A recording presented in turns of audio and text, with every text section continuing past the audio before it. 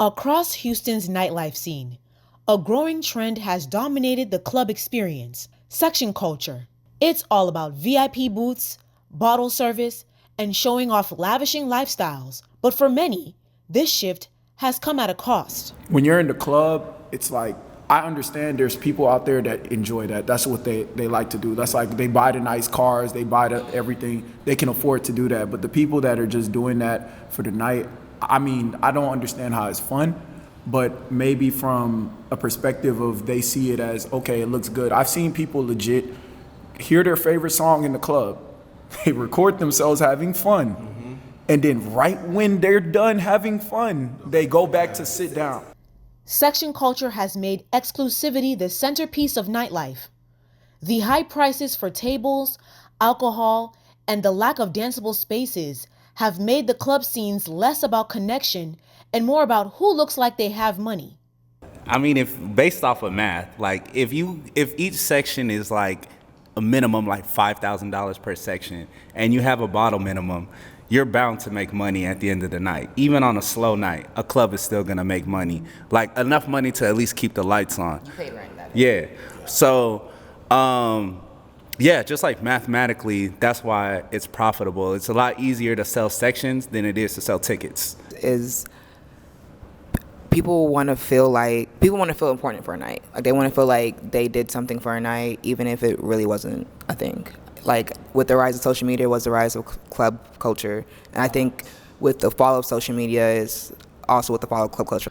Just like the culture that comes with it is like very like braggadocious. Like it's not real life. Like it feels like high school. Like the club feels like high school, and I'm like, I was really good on it. Like, yeah, like anybody can go get a section. Like we all have credit cards. like, all right, putting yourself in debt for one night sounds like a great idea. It just logically didn't make sense to me, so I wasn't really liking it too much. This Afrofusion pop-up dance party is breaking free from section culture to create a nightlife experience rooted in authenticity and joy. No hookah, no sections, no bottles, just good music and dance. The Jaye room, that first one was like really special because it showed that like, yo, you don't have to go out to spend, you don't have to go spend like $2K a night. Like you can really come to a Jaye room for free and like drink for free if you got it like that. Like you can be broke at the Jaye room and you can be as rich as you want to be. Like there's no classism there. So the Jaye room is just special, right? Because, you know, I remember I called Chin and I called Brady, and it was like a 2 hour, 30-minute conversation. So it's funny because I went to Africa that year prior, and what happened was I'm a DJ, right? But I said, bro, we have to have a way to show these people that, like, I believed in it from day one. I said we have to have a way to show these people that this is a great event. So I just had like a bunch of equipment, camera stuff.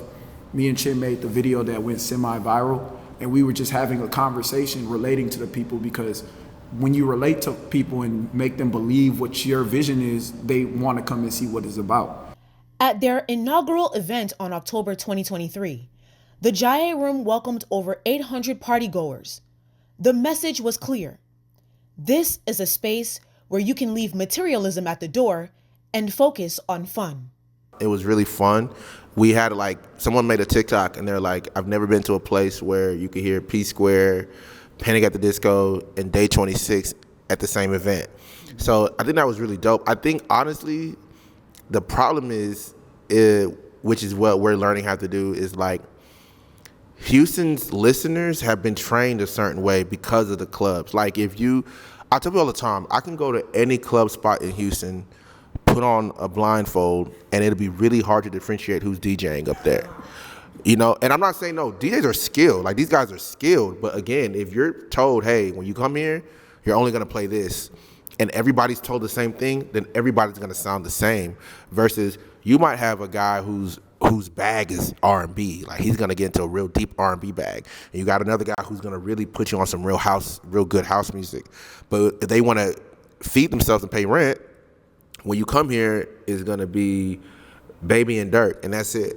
Jaye, which means enjoy life in Yoruba, means that the founders aim to restore the freedom and connection that the nightlife in Houston has lost. The end goal, like personally, like they said, traveling, party, you know, going to different cities, bringing that culture. I feel like the end goal, in my opinion, is basically shifting the culture in Houston. Like, I'm not gonna say we're the first, we're definitely not the first, and we won't be the last, but it's like just shifting that culture in Houston. Like, when people come to Houston, I want people to come to Houston and be like, yeah, there's a party where you can go and dance. Like, every event that we have, we don't bring out the same people. It's always somebody different. Like, me seeing like Asians, white people, Indians, I'm seeing all these people, I'm just like, man, like, we are literally like getting into that place where people are just coming to have fun. And like everybody said, you come to the event, people come with the idea that they're not standing around. They already know they're not, like, Chin will call them out. He does it every time.